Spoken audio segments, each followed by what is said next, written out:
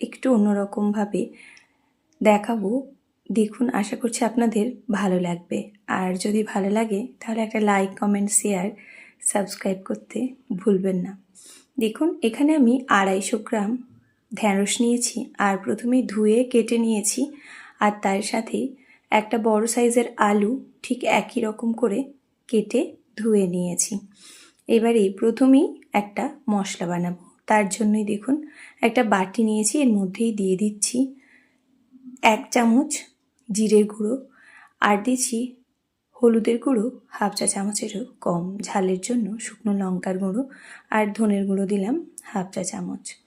প্রথমেই জল দিয়ে মশলাটাকে কিন্তু ভিজিয়ে রাখতে হবে, তবেই দেখবেন রান্নাটা যখন করবেন রান্নার টেস্টটাও একটু অন্যরকম হবে আর সুন্দরভাবে মশলাটাও মিশে যাবে।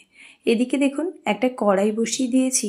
আমি আজকে ইন্ডাকশানে রান্না করছি, আপনারা চাইলে গ্যাসের মধ্যে করে নিতে পারেন।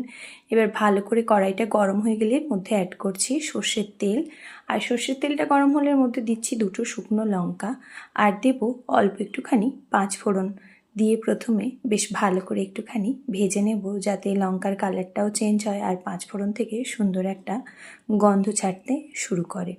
ঠিক সেই পর্যন্ত ভেজে নিতে হবে, খুব কালো করে ভাজার প্রয়োজন নেই।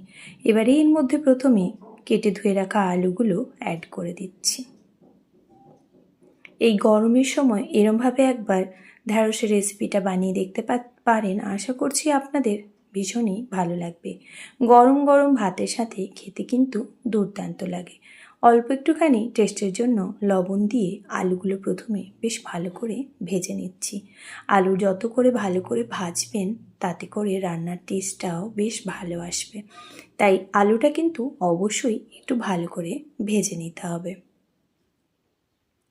দেখুন, আলুটা কিন্তু এরকম লাল লাল করে একটুখানি ভেজে নিয়েছি, দেখে বুঝতে পারছেন যে আলুর কালারটা কিন্তু চেঞ্জ হয়েছে। এবার এর মধ্যে একটা পেঁয়াজ ছোট সাইজের দিয়ে দিলাম, আর এবারে এর মধ্যে অ্যাড করে দিচ্ছি কেটে রাখা ঢ্যাঁড়সগুলো, দিয়ে বেশ ভালো করে 1 থেকে 1.5 মিনিট ভেজে নেব।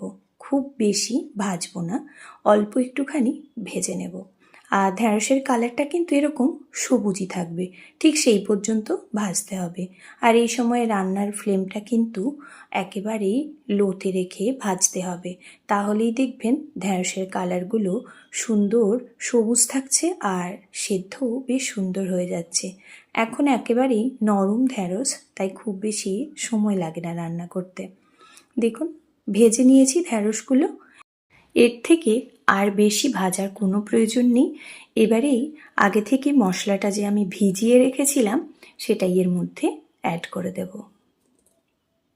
এবারে ওপর থেকে আরও খানিকটা জল অ্যাড করছি, যাতে করে আলু আর ঢ্যাঁড়সটা খুব সুন্দরভাবে সেদ্ধ হয়ে যায়। দিয়েই দেখুন একবার ভালো করে মিশিয়ে নিচ্ছি।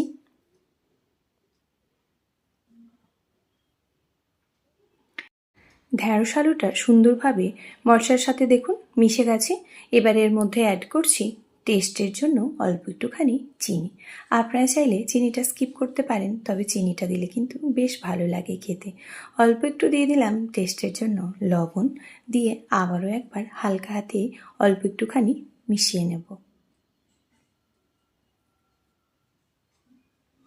এই ঢ্যাঁড়সের রেসিপিটা বাড়িতে বানিয়ে দেখবেন, গরম গরম ভাতের সাথে যেমনি ভালো লাগে রাতে রুটির সাথেও কিন্তু বেশ ভালো লাগে। এবারেই ঢেকে সেদ্ধ হতে দেব 10 মিনিট, একেবারেই লো ফ্লেমে।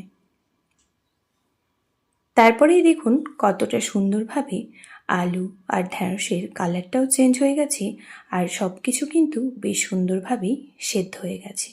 এর থেকে যদি বেশি সেদ্ধ হয় তাহলে কিন্তু ঢ্যাঁড়সগুলো পুরোপুরি ঘেঁটে যাবে, তখন খেতে একেবারেই ভালো লাগবে না। এবার শেষ পর্যায়ে দিয়ে দিচ্ছি 1 টেবিল চামচ পোস্ত বাটা।